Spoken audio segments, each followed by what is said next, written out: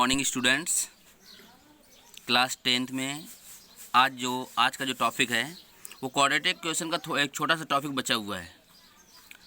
लिखा है द्विघात समीकरण ax² + bx + c = 0 से मूलों के लक्षण या प्रकृति ज्ञात की। लक्षण मीन्स नेचर होता है बेटा। क्या होता है बेटा? नेचर ऑफ रूट्स मीन्स मूल होते हैं।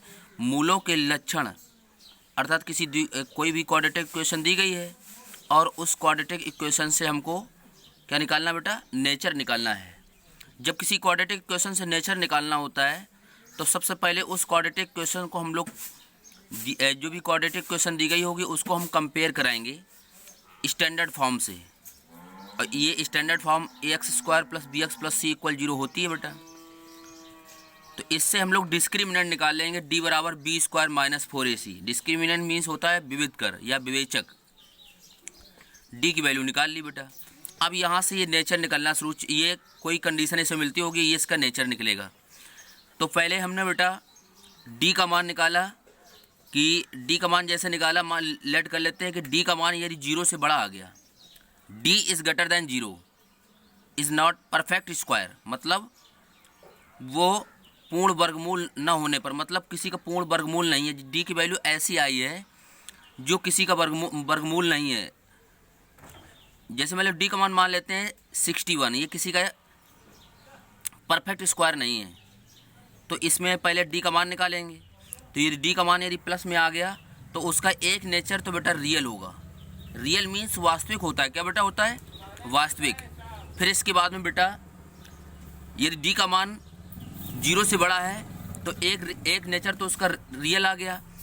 सेकंड नंबर पे हम लोग देखते हैं कि यदि d का मान किसी का स्क्वायर नहीं है। स्क्वायर मतलब इस परफेक्ट स्क्वायर नहीं है। परफेक्ट स्क्वायर ना होने पर इरेशनल लिखते हैं और यदि परफेक्ट स्क्वायर है तो रेशनल लिखेंगे।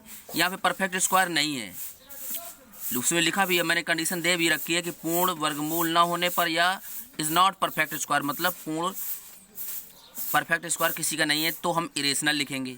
तो पहले d का मान देखते हैं। d का मान 0 से बड़ा है तो रेशनल हो गया। d का मान परफेक्ट स्क्वायर नहीं है तो इरेशनल हो गया। d का मान 0 के इक्वल नहीं है तो इसमें जो इसका जो अगला नेचर होगा वो अनइक्वल होगा। सिमिलरली इसी प्रकार हम लोग d की वैल्यू फिर निकालते हैं। यदि d की वैल्यू निकाली और वो किसी का परफेक्ट स्क्वायर है पूर्ण वर्गमूल होने पर, मतलब किसी का परफेक्ट स्क्वायर है, जिसे लेट कर लेते हैं 64 आया। 64 किसका परफेक्ट स्क्वायर बेटा? 8 का ना बेटा, 8 का है। तो 8 का है तो इसमें इसके नेचर बदल जाएंगे। तो पहले तो d का मान यदि पॉजिटिव है तो d का मान पॉजिटिव होने पर एक उसका नेचर पहले रियल आ जाएगा। रियल मीन्स वास्तविक होता है। क्या होता है बेटा? वास्तविक होता है। फिर इसके बाद में यदि d का मान किसी का, हमने बोला यहाँ पे पूर्ण वर्ग होने पर है, तो यदि वर्ग है तो रेशनल लिखेंगे, तो यहाँ पे रेशनल आ गया। फिर इसके बाद d का मान 0 से बड़ा है तो अर्थात इक्वल तो है नहीं, तो इक्वल है नहीं तो अनइक्वल लिखेंगे। क्या लिखेंगे बेटा? Unequal. Similarly d is less than 0, d का मान 0 से छोटा, मतलब d का मान निगेटिव में आ जाए। जब d का मान निगेटिव में आ जाए बेटा तो उसका एक ही नेचर लिखते हैं, इमेजिनरी। इमेजिनरी मीन्स होता है काल्पनिक। और ये भी तो हो सकता है कभी d का मान 0 के इक्वल आ जाए।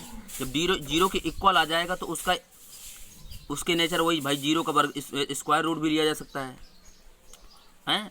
और ये पॉजिटिव नंबर है तो रियल, इक्वल एंड रेशनल।